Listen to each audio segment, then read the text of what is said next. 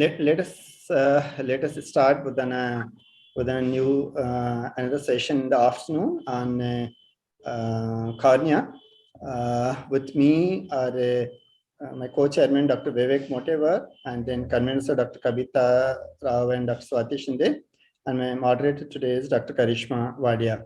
So the first speaker for us today is Dr. Neha Joshi, who is going to talk on neurotrophic keratitis. This is really an underestimated and underdiagnosed, or probably you need a lot of differential diagnosis along with that. I invite Dr. Neha Joshi to start his talk. Okay.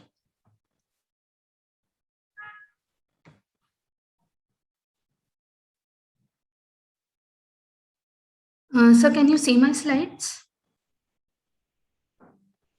Yes, we can see. Yeah, okay. So we know that cornea is one of the most densely innervated tissues in the human body, and this nerve supply is derived from the ophthalmic branch of the trigeminal nerve. AAO has defined neurotrophic keratitis as a degenerative disease of the corneal epithelium, and a reduction in corneal sensitivity or complete anesthesia is a hallmark of this disease that is responsible for producing epithelial keratopathy, ulceration, and perforation. So we'll quickly run through the causes of neurotrophic keratitis. We have some ocular conditions like herpetic infections, chemical burns, topical anesthetic medication abuse, systemic causes like diabetes mellitus and multiple sclerosis, some CNS-related important causes like neurosurgical procedures for CP-angle tumors like acoustic neuroma and trigeminal neuralgia, and some genetic causes like Mobius syndrome and congenital corneal anesthesia. Now, it is important to remember that the corneal nerves and epithelium, they both are essential for each other's survival. So when these nerves are damaged, the epithelium undergoes swelling, there's a loss of surface microvilli and increased sloughing of cells. Also, there is a reduction in the number of mitosis, and there is a slowing of the movement of cells from limbus towards the center. So this leaves the central cornea particularly vulnerable to impaired epithelial healing and ulceration. There's also an increase in the expression of matrix metalloproteinases that causes stromal ulceration, melting, and perforation. So coming to the stages of neurotrophic keratitis, stage 1 predominantly consists of epithelial irregularities, superficial punctate keratitis, and a reduction in the tear film breakup time. Stage 2 is characterized by a persistent epithelial defect with characteristic rolled, smooth edges. There might also be associated stromal edema and DM folds along with anterior chamber reaction. And in stage 3, there is an increase in the stromal lysis. There may be stromal melting or a frank perforation. Coming to the management, it is important to thoroughly record the ocular and systemic history. In particular, pay attention to symptoms like dryness, photophobia, and an inability to read for prolonged periods of time, since these are the hallmarks of the early stage of the disease. Corneal sensitivity testing, that is most commonly done using a cotton wisp, and we can quantitatively measure it by using a Coquette-Monette aesthesiometer. So stage 1 has epithelial irregularities. It's imperative to stop all epitheliotoxic drugs, especially topical medications with benzalkonium chloride. We can use preservative-free lubricating eye drops, and punctal occlusion may be done to increase the tear reserve. We can debride the unhealthy epithelium to promote healing, and if the ocular surface inflammation is significant, we can use steroids, but we must avoid NSAIDs. Now coming to stage 2, there's a persistent epithelial defect in these cases. So we must use preservative-free antibiotic drops to prevent secondary infection, and we can use oral tetracycline to reduce the stromal lysis. Contact lenses, scleral or corneal therapeutic contact lenses may also be used, but we have to watch for secondary infection in these cases. Now coming to autologous serum eye drops versus platelet-rich plasma eye drops, more and more studies are coming out which show that plasma-rich in growth factors or platelet-rich plasma is much more beneficial as compared to autologous serum eye drops when it comes to persistent epithelial defects. So we can also do tarsorrhaphy, which can be temporary or permanent, or we can also do a Botox-induced ptosis. In cases of ICU patients or debilitated patients, a simple taping of the eyelids may also suffice. Now, amniotic membrane transplantation, that is increasingly being used as a treatment modality. I want to highlight this paper in particular by Sudarshan Khokar et al., where they compared amniotic membrane transplantation with conventional means like BCL and tarsorrhaphy. And they found that AMT was as good as BCL and tarsorrhaphy for the treatment of neurotrophic corneal ulcers. This is just a series of pictures showing an inlay as well as onlay AMT. And at the end of 5 weeks, the amniotic membrane has completely been incorporated and the epithelial defect has healed. Conjunctival flap may also be considered to prevent the progression of ulceration to perforation. Now in stage 3, there is an increase in stromal lysis. So we may do a multi-layered AMT combined with tarsorrhaphy, or we may go for a lamellar corneal graft. In case perforation occurs and it is small, we can go for cyanoacrylate glue plus BCL. If it's a large perforation, we can go for a full thickness corneal graft. So newer advances in cases of neurotrophic keratitis, we have Senigermin, which is a recombinant human nerve growth factor. And it was the first drug to be approved by the FDA for treatment of moderate to severe neurotrophic keratitis. There were 2 studies done for Senigermin. The first was Reparo trial, and the second was done in the United States. And both these studies compared Senigermin with a vehicle. So with regards to complete corneal healing, at the end of week 4 as well as week 8, the difference between Senigermin and vehicle was statistically significant.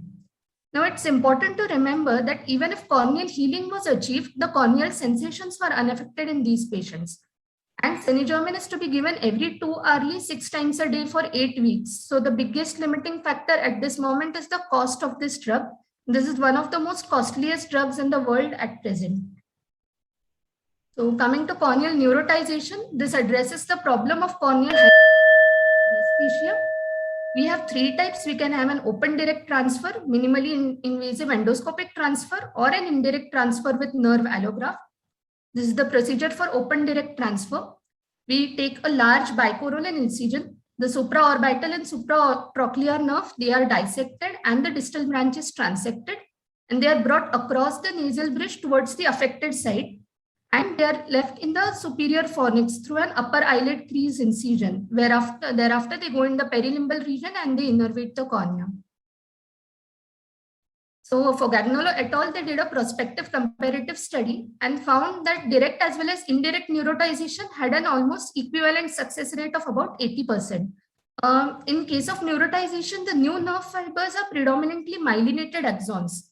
So we'll need longer term studies to see how the corneal sensation changes are affected. So in conclusion, neurotrophic keratitis is a rare but devastating eye condition. We need early detection and prompt treatment to maintain corneal health and vision. Thank you. Thank you so much, Dr. Neha. That was very wonderfully summed up. I think in my practice, I have not had any patients who really had needed any neurotization surgery. With a combination of using autologous serum and amniotic membrane and tarsorrhaphy without failing all of them, most of them recover.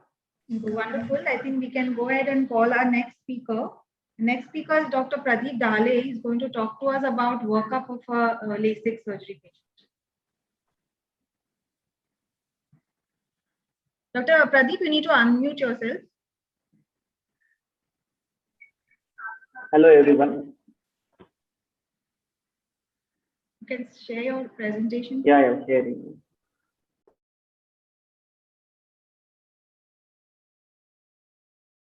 Hello, everyone. My topic is evaluation of a LASIK patient. So what we all do for LASIK patient when patient comes to us asking for a LASIK surgery.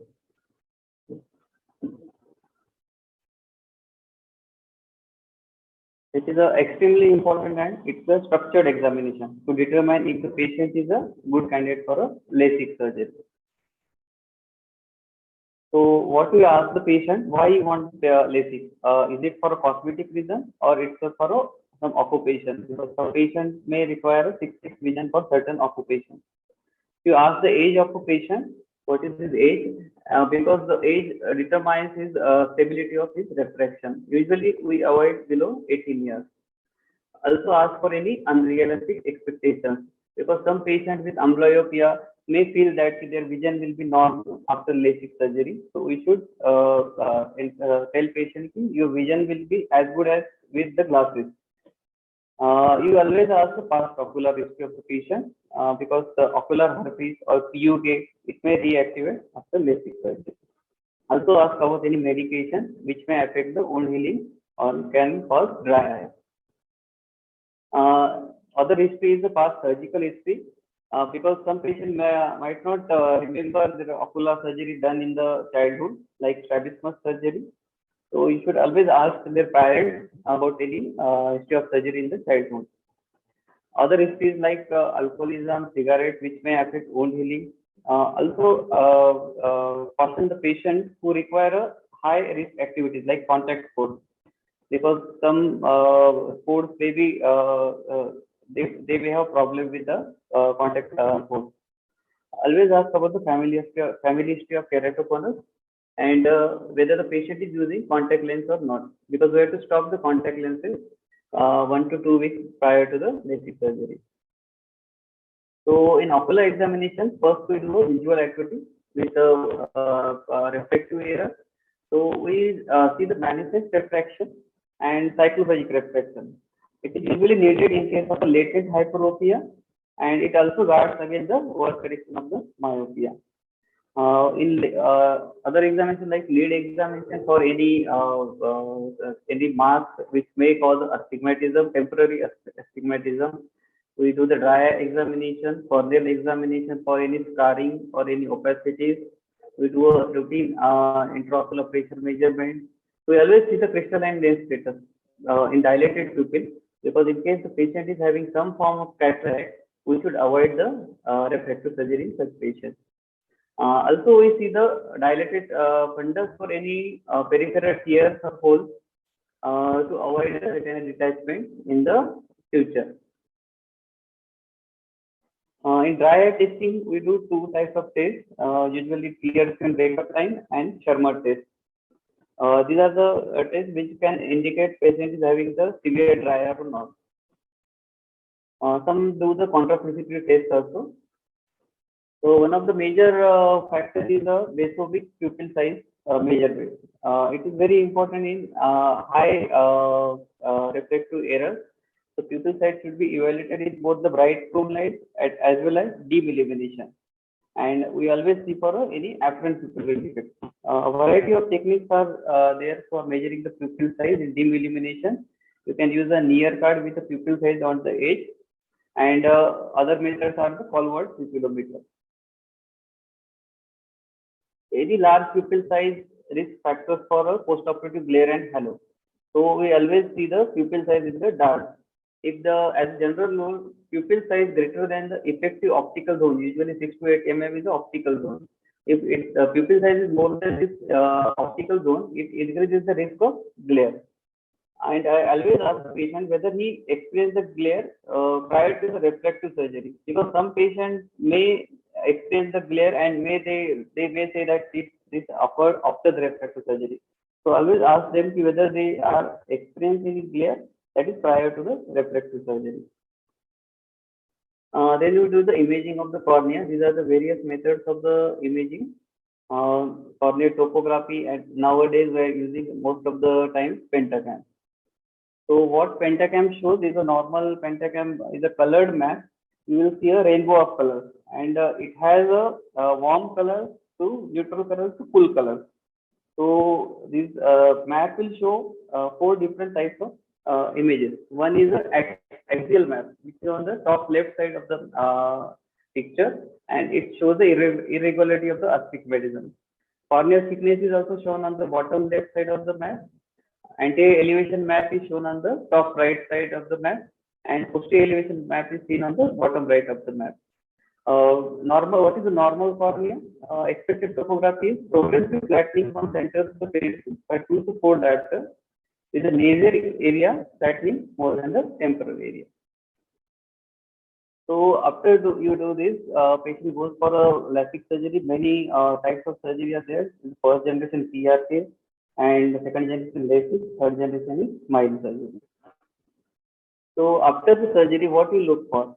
First of all, you rule out any surgical complications. Surgical complications are usually a flap-related complications. If there is a buttonhole or a free cap, if you can see any epithelial defects or is there any interface debris? What are the visual complications you see on the first post-op day? You can see any overcorrection or undercorrection of the refractive error. Are there any aberrations, or on slit lamp also on the first post-op day you see stria? If there is excessive dry eye, DLK, pressure-induced stromal keratitis, any epithelial ingrowth, and late complication like ectasia. These are the many complications which are seen post-operative. So in summary, we should be very careful about choosing the patient, because the patient is a very young patient and it will need a lifetime follow-up. So in one of the surveys, most of the patients are happy because they had 45% patient never had a side effect, and 53% reported an initial side effect. But most importantly, 3% of the patients said they regret having had the surgery because they have some kind of complication which affected their daily life. So we should be very careful about choosing this patient. Thank you, everyone. Thank you, Dr. Pradeep. Dr. Kavita, would you like to add anything? I think I covered most of the points. It was quite comprehensive. We could, do you want to add something, or should we move to the next speaker? I think he pretty much covered everything. We can just emphasize on the importance of a good pre-op counseling for everyone to save us chair time after the surgery. Yeah, and another thing that what he said is for a dry eye test, I think because now we can also look at an amebiography. I mean, just only within probably within an auto ref, I mean, with an auto ref you see as so because, I mean, no one should blame that after surgery this has happened. So you have an image which you can show them. So I mean, no, not necessary to have a really an amebiographic equipment, but at least when you do an TBUT and this along with that on your auto ref, you can just show them and then sort of save your fingers from the burning. Yes. So I think with that, we can move to our next speaker. Our next speaker is Dr. Palak Kusumsagar, and she'll be speaking to us on lessons learned case-based. Over to you, Dr. Palak. Thank you, Dr. Karishma. I just share my screen.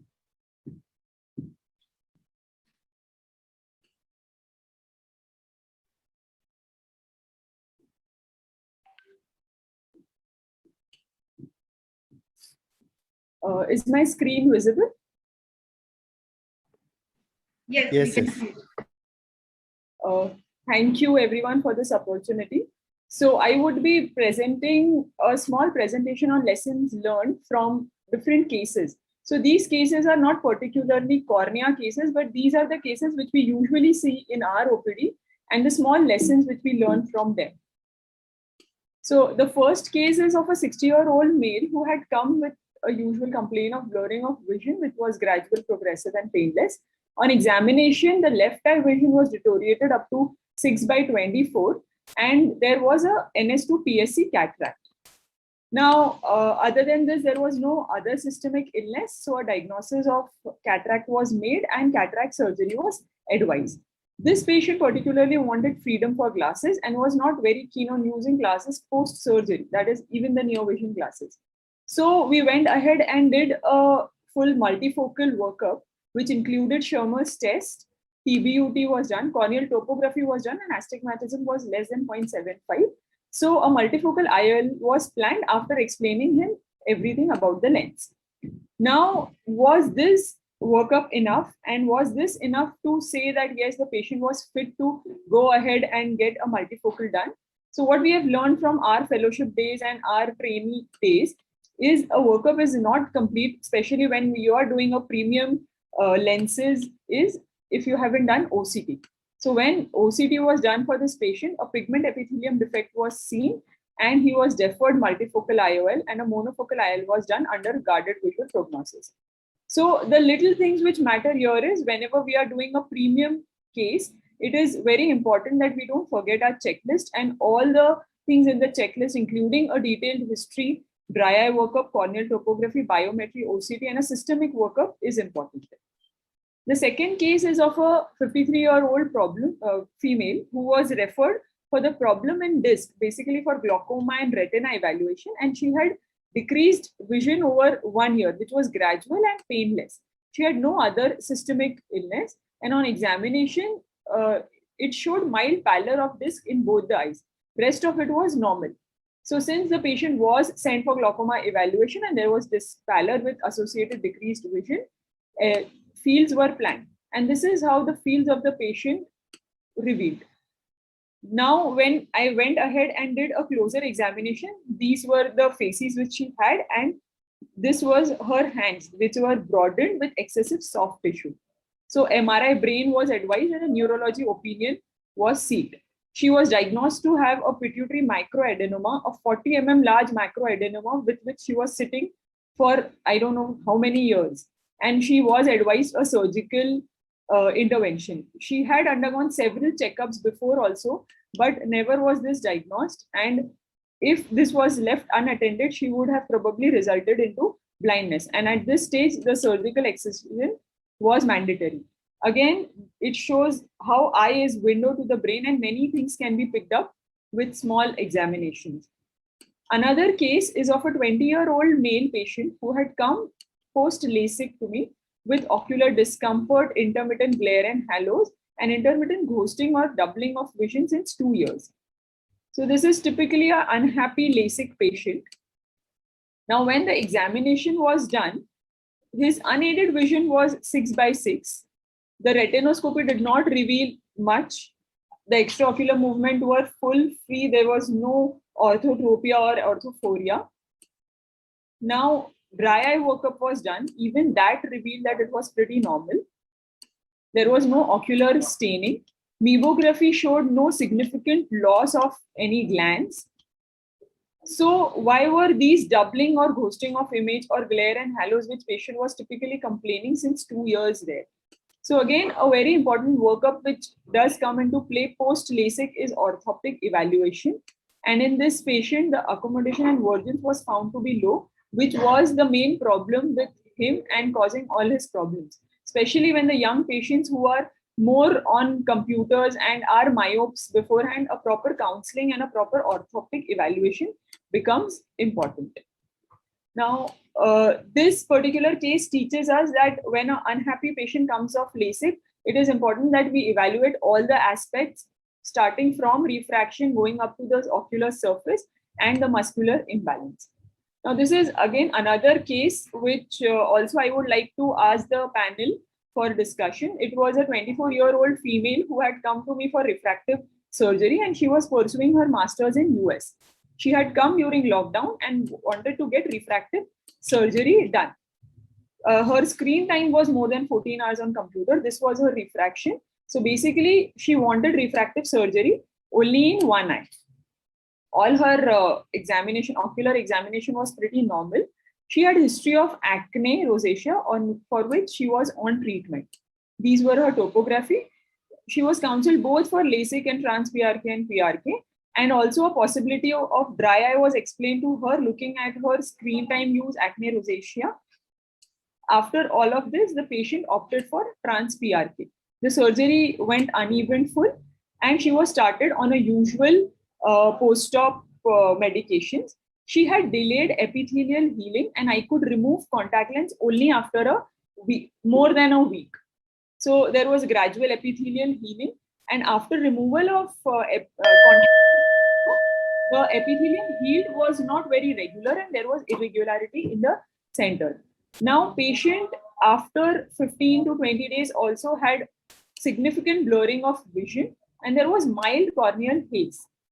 Her BCA was up to 6.9 with minimal refraction. Her Schirmer's was pretty okay and there was no change in refraction on dilatation and the fundus was normal. This was her OCT, which typically shows mild haze in the anterior part of the stroma.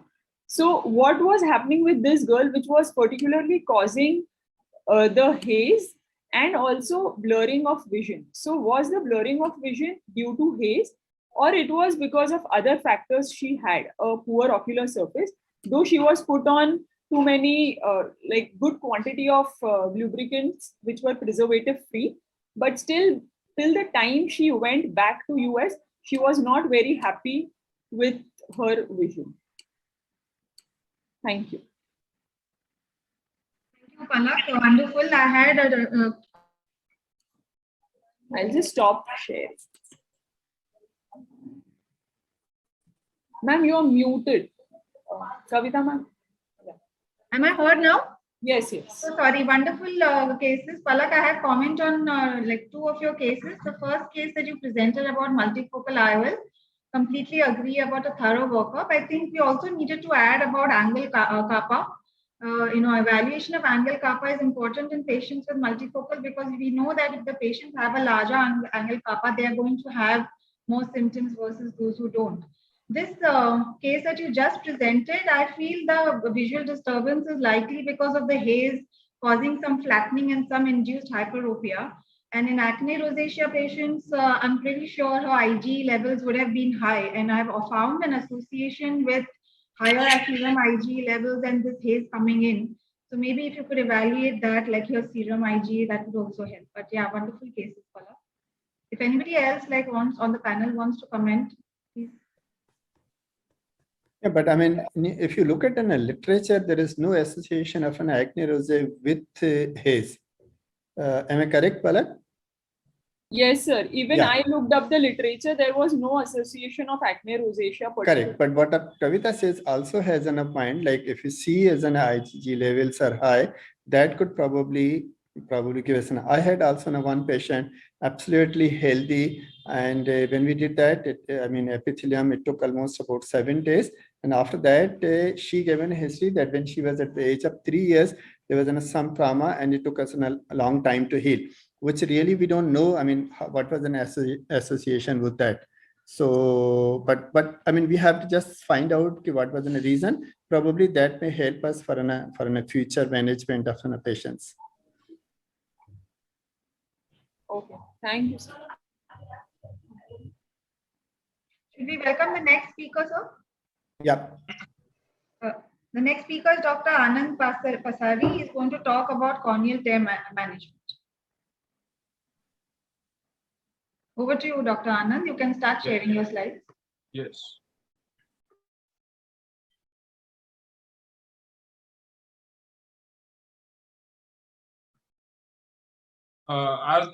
Is my title slide visible? Yep.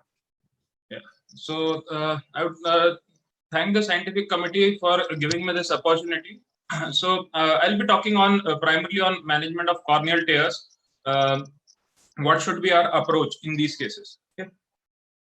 So aim of any corneal repair of any corneoscleral tear or primarily a corneal tear is to achieve a watertight closure and a good structural integrity to avoid the complications associated with an open globe injury like an endophthalmitis and other problems.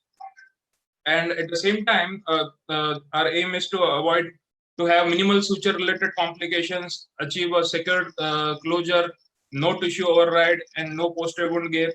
At the same time, to achieve a best possible wound strength and avoiding any tissue loss. So what is the primary suture material we use? In cases of cornea, we primarily use most commonly the 10-0 or 9-0 nylon, and in cases of scleral tears, we use 6-0 or 7-0 Vicryl or even silk sutures.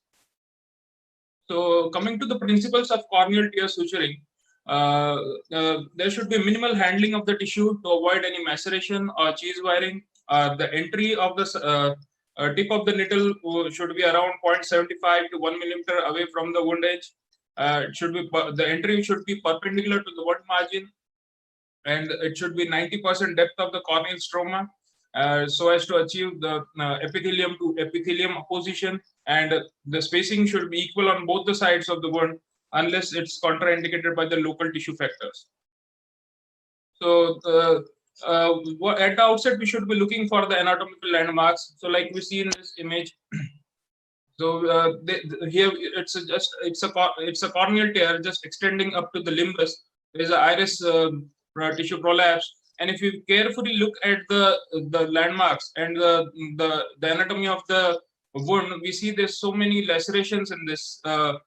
There's this laceration, there's this laceration, and there are 2-3 another lacerations over there. So it's very important to look at the anatomy of the wound, where what kind of a tear it is, so as to look whether there are any stellate edges or what are the any sharp angles of the laceration. So any debris whichever is there should be removed, and iris, vitreous, and other tissue should be removed, and sutures should be applied at right angles to the wound to avoid any slippage. So very important is the understanding of the compression factors. So sutures result in the wound apposition by compressing sutures in its loop. So interrupted sutures leave a plane of compression. They leave a plane of compression along the loop and the zone of compression which is extending away from the suture. So compression zones are triangular in shape, and the wound closure is achieved when there is a overlap of the compression zones. So compression factors depend. Coming to compression factors, the area of the compression is dependent on the length of the loop, and longer the sutures in the visual axis will lead to the greater tissue distortion and greater astigmatism. So we want to have smaller sutures in the visual axis if the anatomy of the wound permits, and hence we avoid the larger sutures in the visual axis as they cause higher astigmatism. So an ideal to have compression zones, there should be overlap of the to have a watertight closure, we should be having overlap of the compression zones, unless like this, so that the sutures are placed a bit more distance, so that there is a gaping of the wound which will lead to a wound leak later. So primarily we use the interrupted sutures, which are most common. The other options could be running or posting sutures, but these are less commonly used unless there is a stellate wound or a posting suture which is being used. So coming to a small video of a simple corneal tear, we have to also look at whether there is any traumatic cataract, and if preferably we should be planning a cataract surgery in the secondary stage if if it's possible to defer a surgery. And this is just a simple video showing a small. So, and this is where we can achieve a watertight closure. Then we coming to a triangular flap. In these cases, we have to first apply the first suture at the apex of the triangular flap, and then subsequent sutures are applied.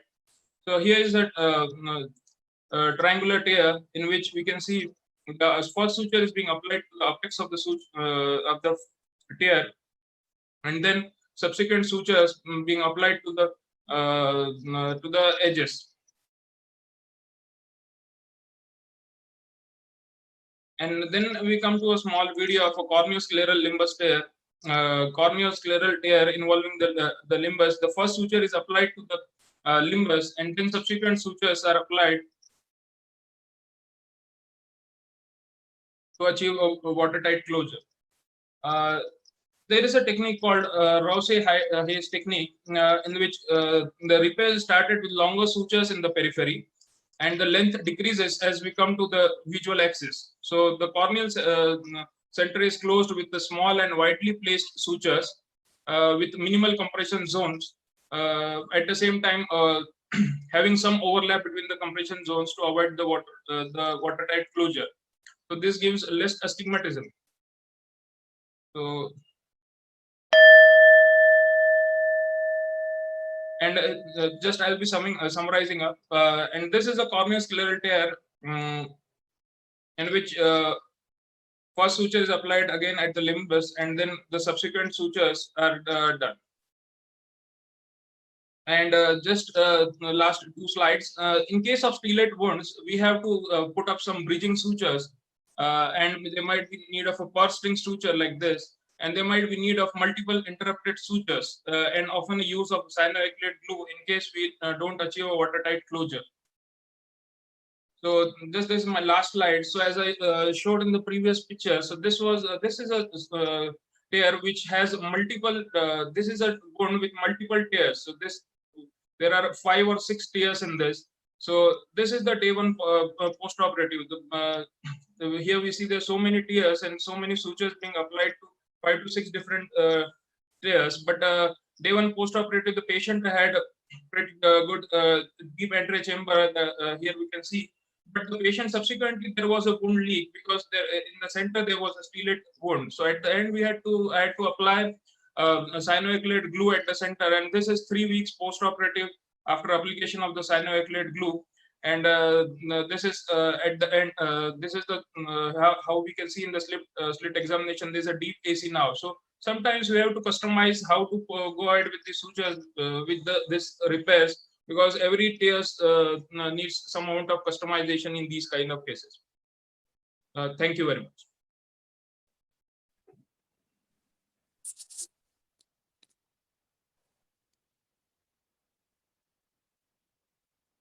Thank Yeah, you. that was Can you nice, just Dr. answer Anand. Thank you for the discussion. I think the most important points have been covered by you, and we must all keep in mind that it's very important to ensure watertight closure. No point in leaving any scope of doubt over here, because these are the cases that you would want to avoid taking back on table. So I think that was covered very nicely. Shall we go to the next speaker now? I'd like to call on Dr. Nikhil Kandurwar to speak on sterile contact lenses, basic to advanced. Dr. Nikhil, are you here? Hi. Yes, ma'am. Thank you, Karishma. You can start. At the outset, I would like to thank MOAS Scientific Committee to provide me this opportunity.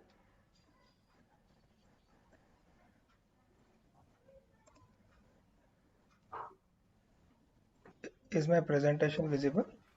Yes, it's visible. Yes. You can start. Your timer has started.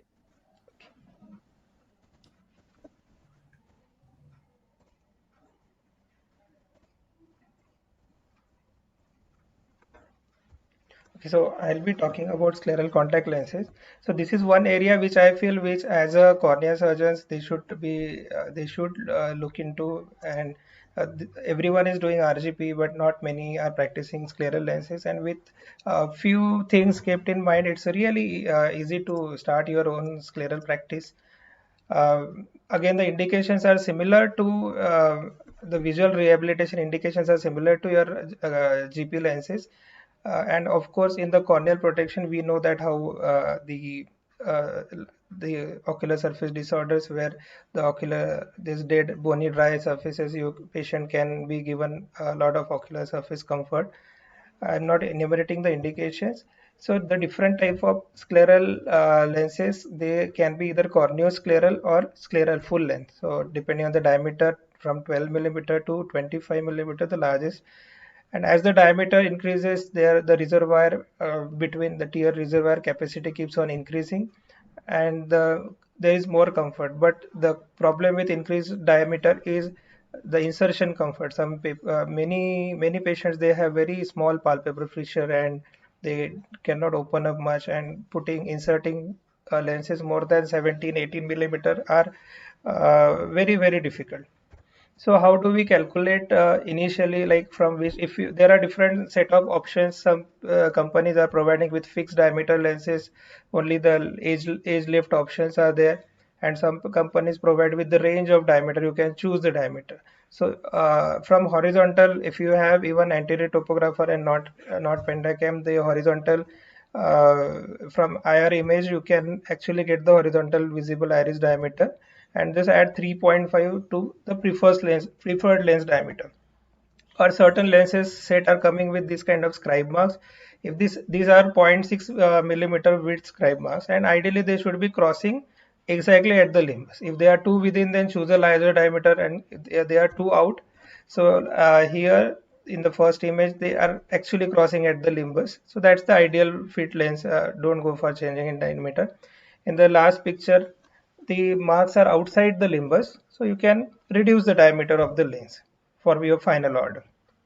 And depending the scribe width is 0.6 millimeter, so accordingly how much you want, you can use the slit lamp smallest 0.2 mm slit, and actually measure how much you want from the slit lamp gauge.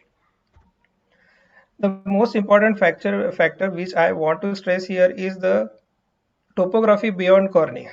In the scleral lens fit, it is the most important factor, where we have to understand that sclera is not a properly spherical structure, and it has a it has toricity. From some side it is flatter, on the other side it is steeper. And this toricity is a very important factor which should be considered, which I did mistake in my initial cases, where I could not consider scleral toricity, and I was only working on edge lift options which was only available at that time. And most of my patients, they used to get clouding after some time after wearing, although they had very good vision, very good comfort, but there was clouding, so they were not very happy. So we have to understand that the nasal sclera is steeper compared to the temporal sclera, and in the various zones.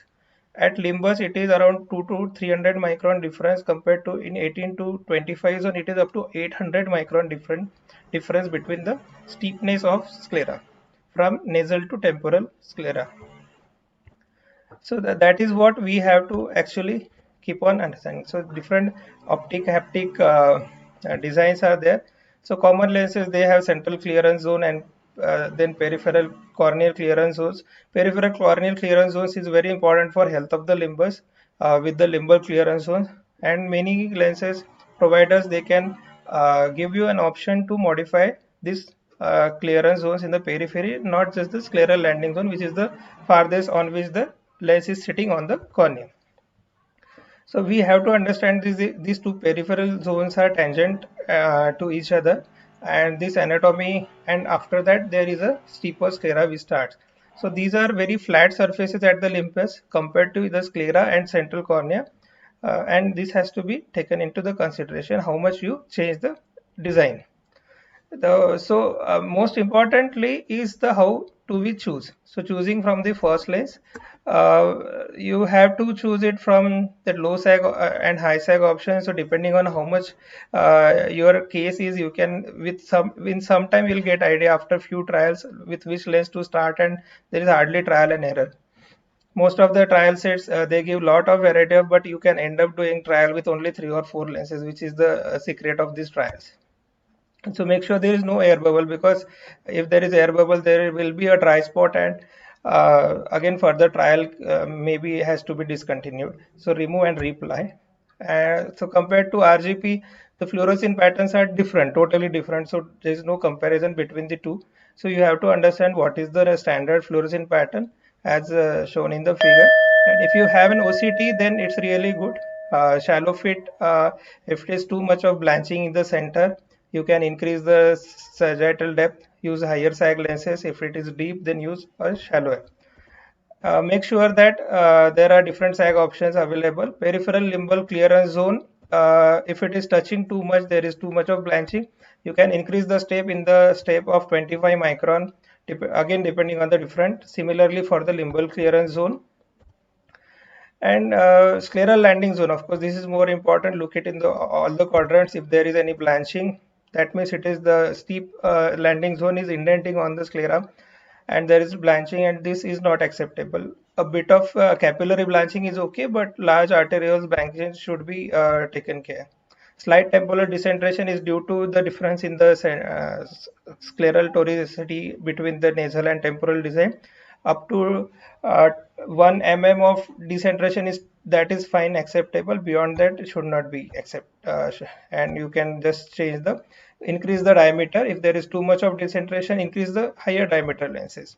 If there is too much of sagging, then there will be conjunctival hooding, and initially patient might feel well, and after few months, because of this hooding, they will start getting discomfort, because then it becomes very steep and tight fit because of the conjunctival hooding in between the lens. And check your patient at different time. Ideally it is checked at 1 hour. Sometimes I call a patient after a couple of hours and check OCT difference between the sagging. And when you do over refraction, look at the toric mark of the lenses. They should be very stable wherever is the toric mark, because refraction stability is just on that. Look for the leak by just inserting fluorescein again at the end, and if there is a focal leak at one place, you can just increase the step. And if there is more leak at different space at 180 degrees upward, you can increase the toric design options and increase the toricity in the step of 0.2. and you can get. This is the first case which I told you. There was a lot of clouding. If you can see in the tear reservoir, patient was happy, but the clouding was not causing a lot of problem. Just by adding the toricity in this case, it's all the issue of solved the issue of clouding, and all the leaks were prevented. Look at the movement. If it is very loose fit, it cannot move like RGP, or it cannot be very tight. There has to be tear exchange. So you can insert the fluorescein and see that fluorescein is washed out at the end of 1 hour completely from the tear reservoir. So Can you summarize? Yeah, so, ma'am, just 2 slides. These are a couple of examples where moderate KC increased BCVA by 4 lines, and this is one case which I really feel where my perspective has been changed. Look at the kind of cornea, very advanced keratoconus, advised transplanted. Most of the cases unaided vision was hardly counting finger 1 meter, steepest K was 74 around, and we fit with the large diameter lens, and patient is 6'9" and very happy and comfortable, and could have avoided we could avoid the transplant. So I feel this is very innovative design, and we all as an ophthalmologist should try to develop our skills towards scleral contact lenses. And but the only limitations are they are expensive, time consuming, of course, recurrent cost, and some patients feel that they are bulky. And near future designs, they are actually working on AI based models on the scleral topography, so that they can actually fit according to the patient's per patient the customized designs. Thank you. Thank you, Dr. Nikhil. I think, I mean, it's a boom to have an scleral lenses, because we see some patients improving from 660 to, can you just unshare your, yeah. Our next speaker is Dr. Himali Kapania, and she's going to talk on the different corneal ectasias keratoconus evaluation. Over to you, Dr. Himali.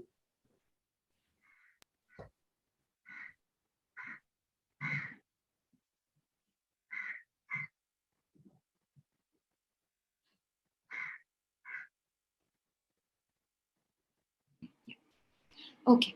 I would like to thank MOSCON for giving me an opportunity to present at this podium. I'll be speaking about different corneal ectasias and keratoconus evaluation. Just 1 minute. Just 1 second.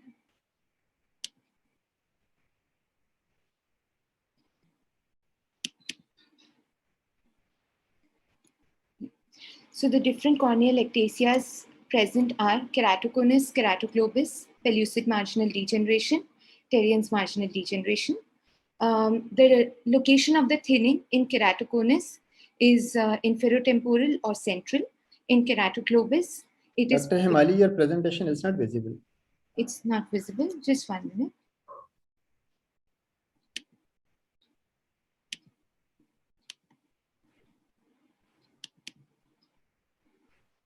Yeah, is it visible now? Yeah, sir? yeah. Okay, fine. I'll be speaking on different corneal ectasias and keratoconus evaluation. These are the different corneal ectasias, most common being keratoconus, keratoglobus, pellucid marginal degeneration, Terrien's marginal degeneration. The location of thinning in keratoconus is in the inferotemporal or the central quadrant. The keratoglobus has a generalized thinning. In pellucid marginal degeneration, the thinning is mostly inferior, 1 to 2 mm from the limbus, and the protrusion is seen superior to the thinning. In Terrien's marginal degeneration, the thinning is in the superior or superior-nasal quadrant. Onset of keratoconus is usually during adolescence. Keratoglobus occurs at birth. Pellucid marginal degeneration and Terrien's are seen in an older age group. Etiology of all the 4 is unknown. The central corneal thickness is mainly affected in keratoconus and globus. Corneal sensitivity is affected in Terrien's marginal degeneration specifically, may be affected in globus and conus. Yeah. Vaux striae and Flescher's ring are seen in keratoconus. Vascularization and lipid deposits are common in Terrien's marginal degeneration, and scarring is common mostly in keratoconus. In pellucid marginal degeneration, typically a crab claw pattern is seen on topography. It is also associated with inferior steepening, seen as a bell pattern on pachymetry map. So coming to keratoconus, it is a slowly progressive non-inflammatory disease. Mostly it is bilateral with predominance for female gender, usually occurs in adolescence. As already discussed, the etiology is unknown, most commonly associated with eye rubbing, common in patients with venereal keratoconjunctivitis, contact lens wearers. Hormonal factors also are supposed to play a role. So we see progression during pregnancy. It is associated with Down syndrome, connective tissue disorders like Ehlers-Danlos, osteogenesis imperfecta, Marfan syndrome, associated with venereal keratoconjunctivitis, retinitis pigmentosa. Patients present with myopia, astigmatism, which is mostly irregular. So the vision remains blurred even after spectacle and contact lens correction. They complain of glare, light sensitivity, diplopia. Vision is also decreased, especially in patients with hydrops. On externally, when we see keratoconus, on torchlight, we can see Munson's sign on down gaze. And in advanced cases, Rizzoti's sign can be seen, where you see a nasal conical beam when torch is shined from the temporal side. On slit lamp, we can commonly see Vogt striae. They are stress lines seen in the deep stroma or the Descemet's membrane, and they disappear on gentle pressure. Flesher's ring is correction of iron deposits in the basal epithelial layer. In this can be seen most commonly on blue light or a green filter. On slit lamp, we can also see the corneal thinning, especially in the inferotemporal or the central area. Prominent corneal nerves are seen in keratoconus, but they are not specific. Apical scarring can be seen in advanced cases of keratoconus. When there is a rupture in the Descemet's membrane, it causes egress of aqueous, causing edema in the central stroma and decreased vision. This is seen in hydrops in advanced keratoconus. On retroillumination, in scissoring reflex can be seen on retinoscopy, and an oil droplet reflex is seen on distant direct ophthalmoscopy. An earlier classification of keratoconus was an Emsler-Krumish classification, which classified keratoconus based on the K value, the thickness, the corneal thickness at the thinnest point, presence or absence of scarring, presence of the amount of myopia or amount of astigmatism. Based on shape, the keratoconus was classified into a nipple cone, an oval cone, or a globus cone. Globus cone means most advanced stage of keratoconus. The newer classification now is based on topography. It is the ABCD classification seen on Pentacam. In this classification, the anterior radius of curvature and the posterior radius of curvature is seen at the 3 mm zone from the thinnest location. It corresponds to the pachymetry, and the best corrected vision is fed in the earlier, a Placido disc topographer used to be used for diagnosis of keratoconus, which used to show distortion of the Myers. Now, a topographer is used, which also gives us data about the posterior corneal surface. So as you can see in this Pentacam image, a 4 map is seen. We see that in the anterior sagittal map, the K value, the maximum K value is more than 50. Also in anterior sagittal map, skewing of the radial axis more than 22 is suspicious of keratoconus, and inferior superior asymmetry of more than 1.4 is suspicious to keratoconus. This is associated with changes in the anterior and posterior elevation map corresponding to thinning in the pachymetry map. Also, you can see changes in the Berlin embrasure display. This is on Pentacam. In this map, you see a crab claw pattern in the anterior sagittal map with changes in the anterior and posterior elevation map, but corresponding thinning is seen in the Pentacam, So this is not a pellucid marginal degeneration, it is a keratoconus. In pellucid marginal degeneration, the thinning is much more inferior near the limbus. And as already discussed, there is an inferior thinning, which is a bell-shaped thinning. In keratoglobus, there is a generalized thinning seen. As you can see on pentacam, generalized elevation corresponding to the generalized thinning. When would you say that a keratoconus is progressing? We see the progression over 6 months. In this, the progression, we see the keratometric values at 2 or more points on the steep axis in the anterior sagittal map. If the K value has increased by 0.5 diopters or more, or on the thinnest location on pachymetry map, if the corneal thickness has decreased by 10%, I have taken this reference from a 5-point nomogram study done by Shankar Netralaya group in 2050.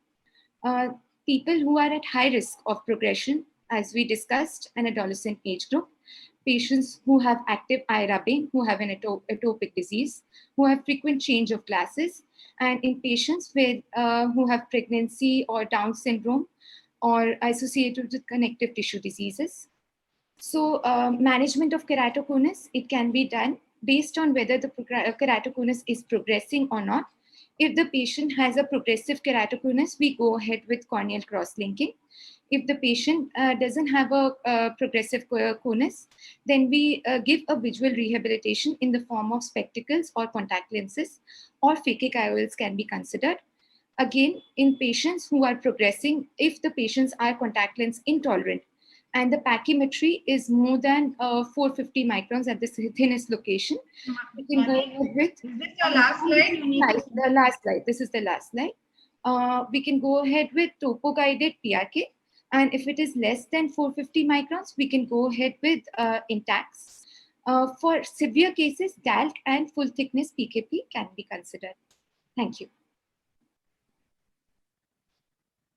Thank you very much. Dr. Pahuja, you have any questions for Dr. Himali, or should we welcome the last? We just taken last. I think he has explained very well that you have to, how you have to look into the differentiate into the ectasias, and then how you look at the progression of an keratoconus, because the treatment depends on only when the keratoconus is progressive. So the last speaker is Dr. Ganesh Gaikwad. He is going to talk on peripheral ulcerative keratitis. Over to you, Dr. Ganesh. Yes, ma'am, I'm available. Sharing the screen.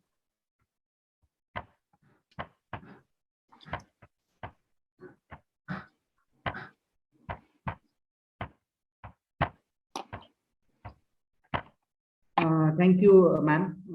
Today I'm speaking on a peripheral ulcerative keratitis. Actually, Dr. Ganesh, your screen is not visible. Yes, sir. Doctor, your screen is not visible. Just a minute, sir.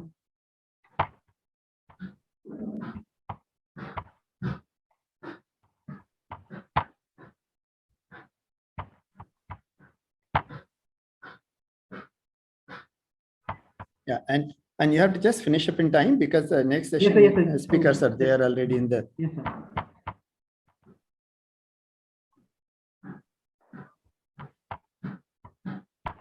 Is it visible now, sir? Yeah.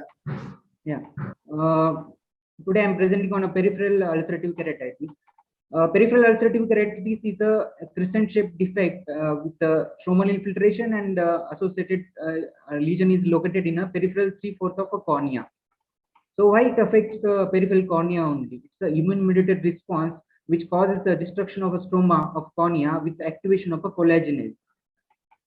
So why we should actually consider PUK as an important disease in cornea? Because it is associated with a significant morbidity and mortality. Most of 75% patients with relapsing polychondritis can die within 5 years if not treated. And local microvascularitis can turn into systemic vasculitis, leading to morbidity and mortality.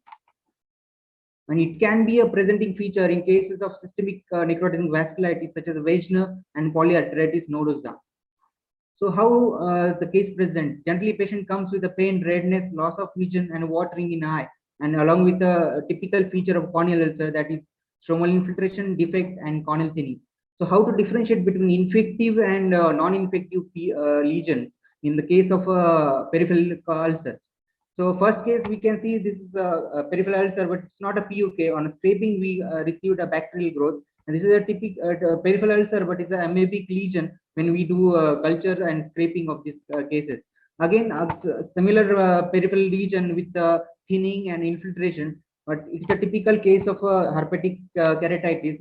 How we can reach differentiation between infective and non-infective PUK is totally based on scraping and corneal sensation. Whenever see lesion like this, we should always check for corneal sensation. That can be a guide to diagnose a case of a herpetic lesion.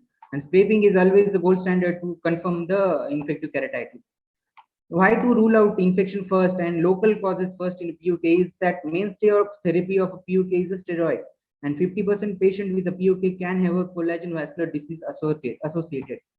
So what are other local causes of a PUK-like lesion are blepharitis and marginal keratitis, neurotrophic ulcer, trauma, lag ophthalmos, and trichiasis can cause a similar feature like a PUK. So we should at least know basic vascular collagen vascular disease and vasculitis disease to help us in reaching particular diagnosis if the patient is having PUK or not. The most common diseases are rheumatoid arthritis, polyarthritis, nodosa, vaginal, SLE, relapsing polychondritis. So some simple clinical features other than eye and slit lamp examination can help us in diagnosing the disease. In rheumatoid arthritis, we should at least look for a joint swelling, joint deformities. In vaginal granulomatosis, we should look for a skin nodule, necrotic area, saddle nodes. These type of simple clues can lead to a diagnosis and reduce the laboratory work on a patient. So polyarthritis nodosa, we can have a gangrenous limb or a skin nodulars. SLE, we have a typical butterfly rash and skin rashes on the patient. In a relapsing polychondritis, we should look for inflammation of cartilages. So what investigation we can order as a general ophthalmologist? We should at least order RA factor, ANCA, ANA, ESR, urine routine, and X-ray. These basic tests will help us to reach some diagnosis. Even if after the patient comes negative, the results come negative, you feel there is something, we should always refer it to rheumatologist to rule out the underlying autoimmune disease. Other than PUK associated with systemic diseases, one more entity is there, that is Moorens ulcer. That is the typical feature of Moorens ulcer is not associated with any scleritis. So whenever see PUK without scleritis, it's more likely to be a Moorens ulcer. So type 3 local immune response, and it's a local disease, the patient does not have any systemic implication. So this is a typical case of Moorens ulcer. It's related to one quadrant only, and it heals with a topical therapy. So some patient heal with the pseudopterygium formation and some with a conjunctival overgrowth. So what important about the Moorens ulcer is that type 2 ulcer, which is associated with bilateral diseases, and young patient and have a bad prognosis. We should look for it and we should treat it as early as possible. So depending on severity, we can go for topical steroid with a lesser amount of involvement at less than 2-quadrant involvement. More than 2-quadrant and severe disease, we may need a systemic therapy like the oral steroid, methotrexate, and if possible, if disease is progressing, we need a IV therapy with a systemic immunosuppression. Sometimes we may need a surgery for these patients when there is a perforation, descemethyl formation, and our patient is not responding to therapy. One of the surgical approach we can try is conjunctival resection. Then if there is a small perforation, we can apply glue. When there is a large perforation, definitely we need a patch graft and lamellar keratoplasty. So I'm just presenting one video about conjunctival resection. So is it visible? Video is visible. A conjunctival resection where we should remove at least 3 to 4 mm of conjunctiva and 1 to 2 mm away from the limbus, so that and the overhanging edge should be removed so that the healing will be proper. Second case is of a large ulcer with a perforation. So we should remove the dead tissue and apply a banana-shaped conjunctival graft, corneal graft, and the graft should be fashioned with manual dissection. Not we cannot use the Triffen graft for treating this patient.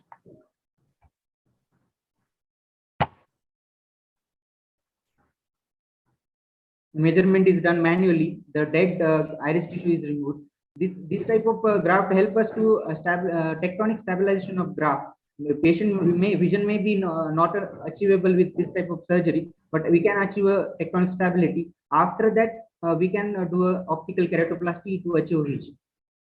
The video is not visible, Dr. Ganesh. Yes, ma'am.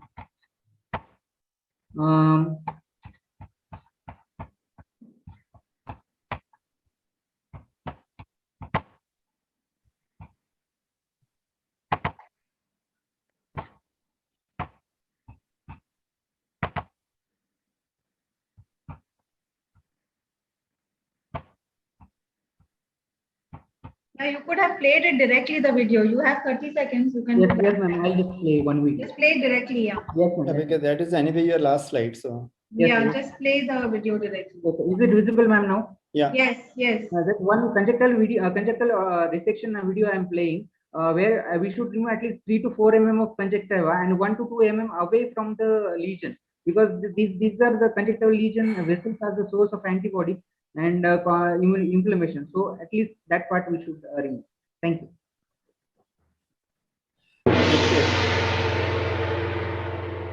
thank you very much. I mean, Dr. Bede has not joined. Dr. Kavita, so probably I think we end the session here because Yes, yes, sir. the glaucoma speakers are already there. Yes, yes, sir. Thank you all the speakers for your wonderful talks and ending in time. Thank you, Pooja sir, and thank you, Karishma. Thank you, everyone. Thank you, everyone. Thank you.